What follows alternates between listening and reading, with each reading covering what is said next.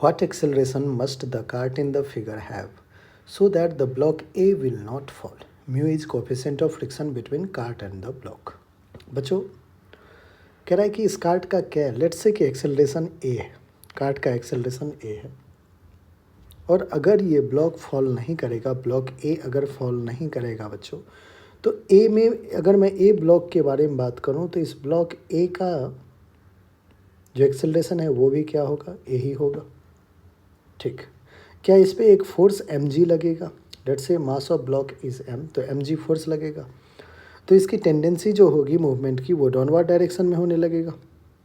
तो क्या friction force जो है वो ऊपर की तरफ लगेगा। ठीक है, तो फ्रिक्शन फोर्स किधर एक्ट करेगा बच्चों, ऊपर की तरफ फ्रिक्शन फोर्स एक्ट करेगा। तो आप यहाँ पे ड्रॉ कर दो पहले तो फ्री बॉडी डायग्राम कि फ्रिक्शन फोर्स रिलेटिव मोशन के अपोजिट डायरेक्शन में लग रहा है, तो इसका मूवमेंट टेंडेंसी मूवमेंट का किधर है, नीचे की तरफ एम जी फोर्स लग रहा है ना, तो नीचे मूवमेंट की टेंडेंसी होगी, फ्रिक्शन फोर्स ऊपर लगेगा। ठीक, अब देखिए ये वर्टिकल डायरेक्शन में तो फोर्स हमने ड्रॉ कर लिया है। अब एक बार हॉरिजॉन्टल में देखते हैं।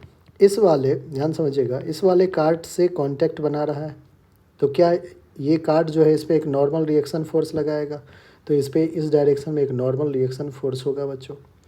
एक्सेलरेशन ए का किधर होगा, लेफ्ट वर्ड में, क्योंकि हमने कार्ट का एक्सेलरेशन लेफ्ट वर्ड में ले लिया है। क्या और कोई फोर्स एक्सर्ट करा है, नहीं।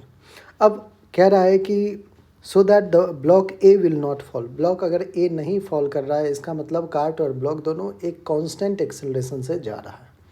मतलब बच्चों आप ये भी कह सकते हैं कि जितना फ्रिक्शन फोर्स होगा उतना ही एम जी होगा, बैलेंस कर लिया एक दूसरे को।